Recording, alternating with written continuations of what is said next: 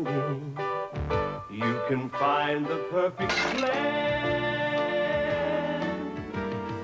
Neighbors should be there for one another.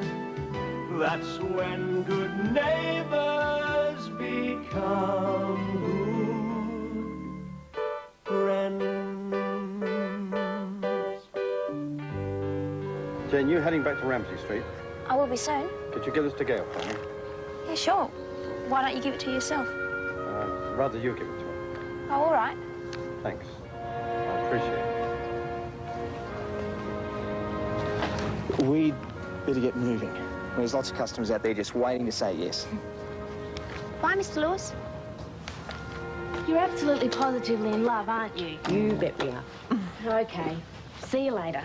See you, Lucy. Bye. Listen. Hey, thanks for that. In fact, thanks for everything. Oh, I think we pulled that one off pretty well. We certainly did.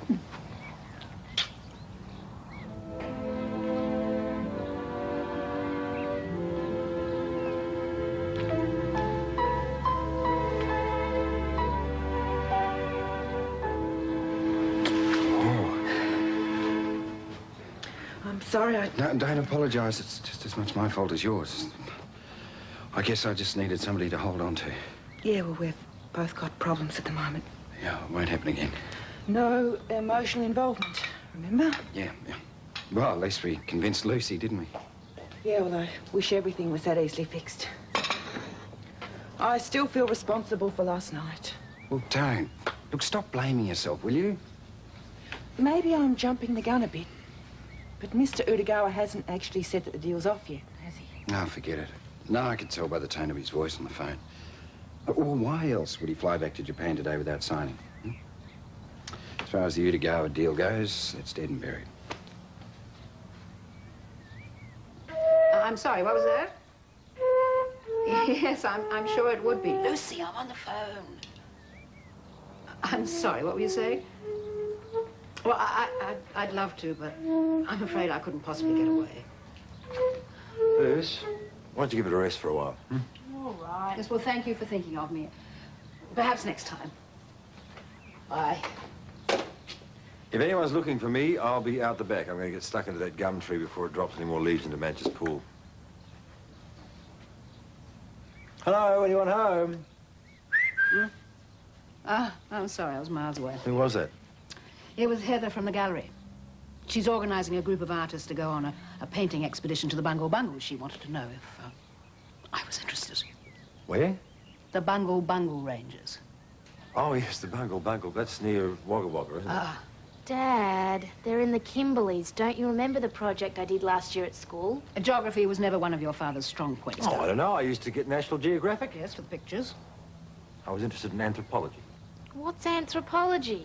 Later, Lucy. So you're going to go? Well, I can't. I've a million things to do.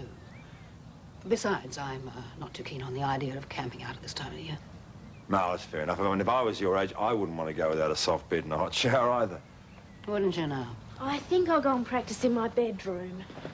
Come on, what did you mean? Now, if you were my age, I'm not some old relic, you know. I'm sorry. I'm perfectly capable of handling a little camping trip. Then go. I can't possibly. I mean, there's home James to look after, not to mention this place. Honestly, I'd hate to think how you lot would get along on your own. All I meant was, I don't see any point in you roughing it. Well, it doesn't matter, because I'm not going, and that's that. So why don't you just go and chop down your gum tree? This is fantastic. I reckon we've got a better than 50% success rate here. Oh, Henry, I hope you like mowing lawns, because it's about a dozen houses that have agreed to use you so far. Yeah, smack on. With these and the job at Lester's, I'm going to be rolling it. Oh, Henry, I'm really happy for you. Hey, listen, thanks for all your help. Well, if you weren't there to dazzle them with your beauty, I don't reckon I would have got past first base with some of them blokes. Henry, you could sell ice cubes in Alaska. I was glad to help. Hello. How's the client hunting going, Henry? Great, Mrs. Daniels. Good. Hey, Henry. Have you thought about asking Paul and Gail if they want their lawn mowed? I'm about to make them my 13th customer. Unlucky for some, but not for Henry Blades Ramsey. When you're hot, you're hot. Well, I better get going. I promised Lucy I'd spend some time with her. Go on. Oh, Since you're going over to Gail's, could you give this to her? Sure, yeah, no problems. You want it on the phone? Well, who is it? Oh, some young girl who can't stop giggling. Melanie or someone. Oh, great. I'll catch you later. Thanks for your help. Good luck. Yeah. Blades. Hello, Gail. Hi. Oh, Paul, I was wondering if you were free for an hour or so, whether you could go out and give your father a bit of a hand in the backyard. He's chopping the branches off that big gum tree, and I'm scared he'll do a no-mangle and fall off the ladder. Yeah, sure. Well, we weren't doing anything. Where are we going? No, just doing the crossword. Oh, can't have him breaking his leg again. I'll just grab my shoe. Thanks, Paul. Oh, I'm sorry I couldn't make last night. But from what Jim told me, it turned into quite an evening. It wasn't funny, Gran. The night was a total disaster. Now, the Utagawa deal is shot to bits, and he's flying back to Japan tonight. Oh, come on, Paul. There'll be other deals. It isn't the end of the world. Gran, this would have been the biggest single deal I've negotiated totally on my own.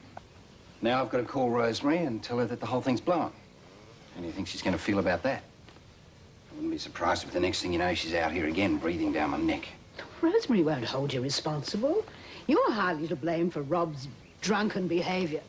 Oh, I'm sorry, Gail. I didn't mean to be so tactless. No, you're right, Alan. Dad's behaviour was disgraceful. I'm ashamed.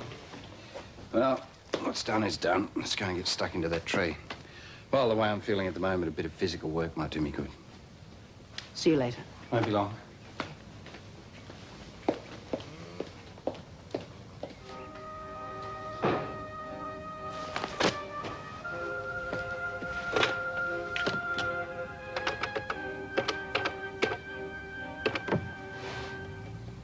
Hi, Mandy. It's Gail here, yeah. Could you tell me, please, if Mr. Utagawa's checked out yet?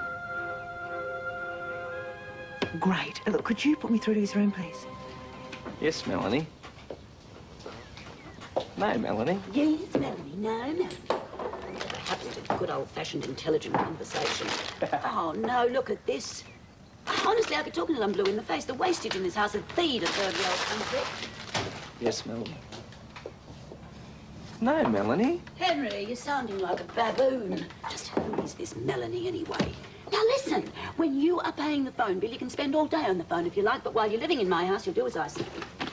Excuse me, Melanie. Please, I'm on the phone. Oh.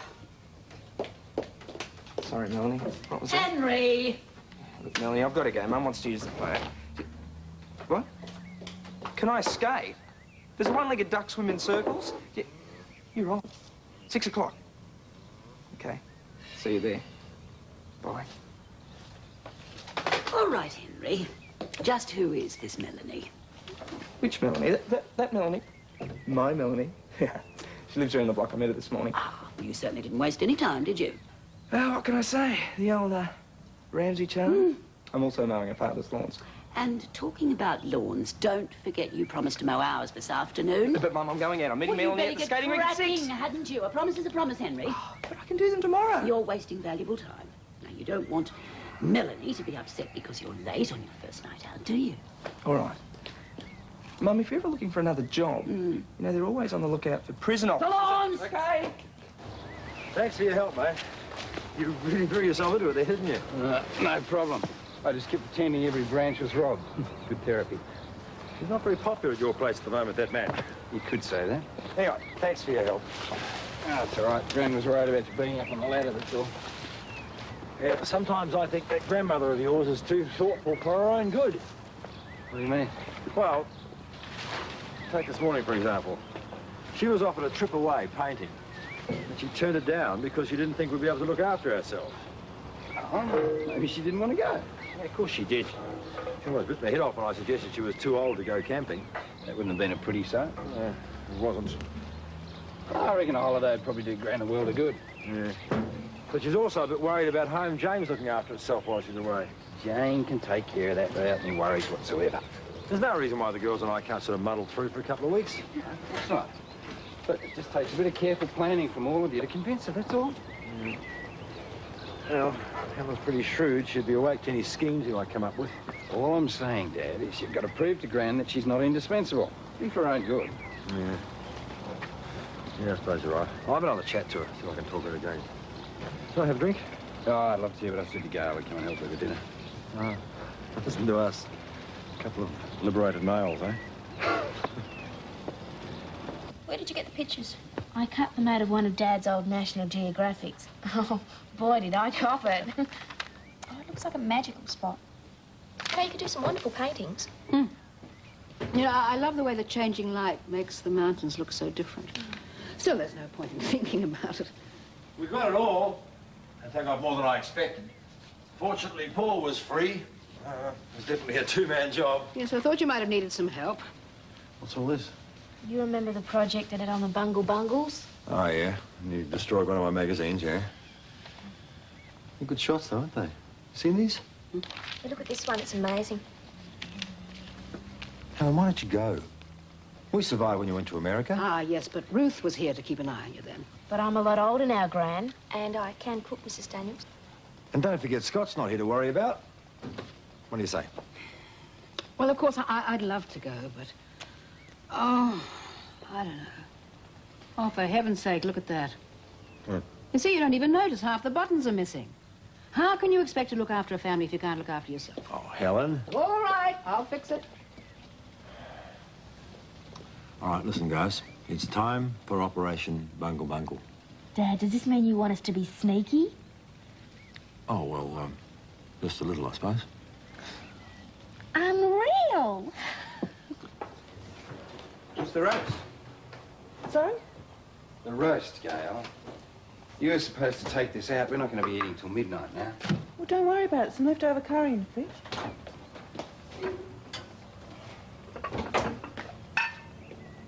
Pongs a bit. You think it's all right still? Yeah, it's fine. It's not really enough for two here, though. Still, I suppose we can make some extra rice, can't we? No, it's no need. I'm going out for dinner. Since when? This afternoon. Curry's all yours. Gee, thanks. Come on, it won't hurt you to look after yourself just this once.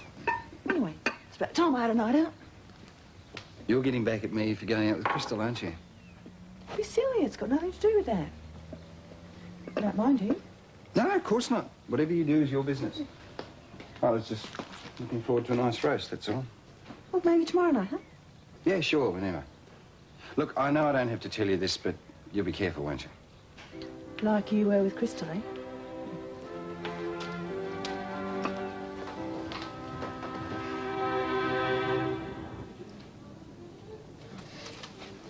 Mr. Degoa. Gail? Thank you for seeing me at such short notice. Please sit down. I'm glad I caught you before you flew home. There are always later flights. I suppose so. Can I order you a drink? No, thank you. I hope you've had a chance to see some of Australia before you head back. I'm afraid on business trips, one mainly sees the inside of hotel rooms. Excuse me for being so blunt. Did your husband ask you to come and see me? No, Paul doesn't even know I'm here. This meeting was my idea. I wanted to apologise for my father's behaviour last night. Please, there is no need. You don't understand.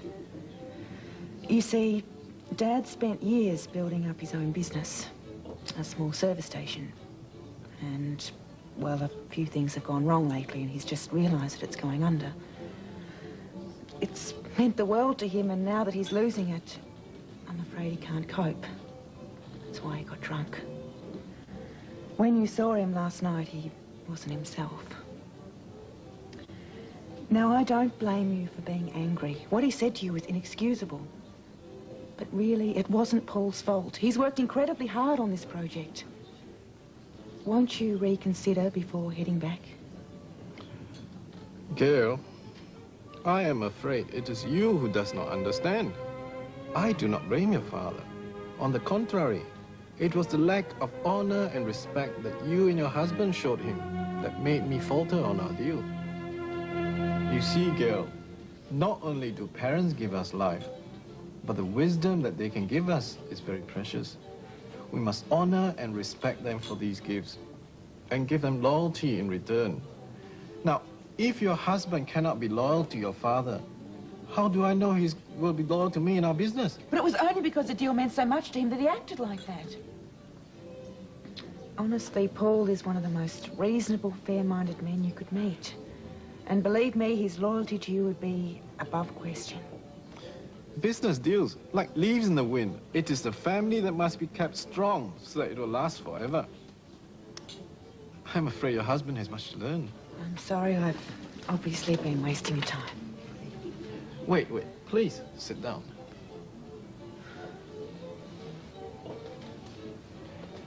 You were correct. After what I saw last night, I was going to cancel the negotiations. But tonight, you have shown me your great love towards your father and your husband. I see your loyalty to each is very strong. And I'm sure you can be of help to Paul in many ways. You may tell him I will sign the contracts. Oh, Mr. Udagawa, I could kiss you. Please, do not forget my inscrutable image. I wonder if it would be possible for you to tell Paul about the deal. Of course. I see you're not only a clever woman, but a discreet one as well. Thank you. There remains, however, one other matter that should be resolved. You should tell your father that you understand his pain and that you are still his daughter. I'll leave those, Helen. The girls and I will do that. Well, shan't complain. Nice to have the night off. Why don't you both go and relax? Lucy and I can clean up. That sounds like an excellent idea. And we'll bring some coffee in a minute. Oh, great. Thank you. Whew. You must be tired. You've had a long day. No, not really. Oh. How's that business with the garage? Is it all sorted out? It's not good, though. After we've paid Harold out, well, the business just isn't viable. We'll have to sell it. Oh, no. Poor Rob. Yeah, but judging by last night's performance, he's taking it pretty hard. Well, isn't there anything you can do? Well, I thought about buying something smaller, a workshop that Rob could operate just with Charlene helping. Well, that sounds a good idea. Yeah, I hope so. I'm going to have to sit down with Rob and figure out exactly what we'll be looking at. You were back early? Didn't it work out? Dad's gone. Your dad? You didn't tell me he was your mystery man. Still, I hope he behaved himself better than he did last night. Oh, I didn't see him. I went to the hotel and his room was empty. The reception said he checked out a few hours ago. Why? Where's he gone? I've got no idea. There was no message, nothing. Well, maybe he's just gone to stay with one of his mates. Or that brother of his. Yeah, well, you think he would have rung or something? Oh, come on, Gail. There's no reason to panic. Look, Rob's not stupid. Yeah, well, the way things have been going lately, who knows what he might do. You sound very chipper this morning, Henry. Oh, the sun's shining, the birds are singing. It's a beautiful day. Things went well last night, did they? We were like Torval and Dean. Oh. Poetry in motion. Melanie's a terrific girl and really intelligent. Oh, yes, of course. She'd have to be to go out with you, wouldn't she? Now, you make sure you get all of those leaves. Since Jim trimmed that gum, it should be much easier to clean. Yeah, easier for who? Hmm? What? I said I must have missed a few. Yes, well, get cracking. I want it nice and clean by the time Scott and Charlene get back. Morning. Sorry to just barge in. Hello, Jane. Hey, can I get your coffee? Oh, no, thanks, Henry. I just came over to find out what time Scott and Charlene will be back. Charlene phoned last night. They should be in around lunchtime. Oh, great. How'd she sound? Did she have much to say? Well, apparently they've been having a wonderful time. But you know what Charlene's like. She wants to tell you herself. Gee, can hardly wait. Could you ask her to give me a call when she gets back? I'm dying to hear from her. Yes, of course. Thanks. Henry, how'd you get on with Paul and Gail? Will you be doing their lawns for them too? Oh, I didn't get round to them. Well, I sort of got caught up yesterday. I'll catch them in the office tomorrow. Well, what about that letter? Mr. Lewis made it sound like it was pretty important. Gail got it straight away. I forgot all about it.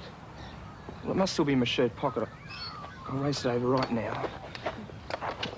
Keep coming on, Dash. You ain't got the brains you was born with. Good morning. You're up early. What time is it? I don't know. You all right? I feel lousy. I hardly slept at all. I was so worried about Dad. Look, should I ring the police or what? Gail, he probably just wants to be on his own for a while. You're getting worked up over nothing. Oh, how can you say that? You saw how depressed he was the other night. And we were too worried about ourselves to think of him. I mean, what if he's gone and... Oh, Gail, look, you said it yourself. He took all his stuff with him. Now, somebody that's going to do themselves in here is going to pack first, Yeah, well, then why hasn't he called? Calm down. I'm sure he's going to be fine.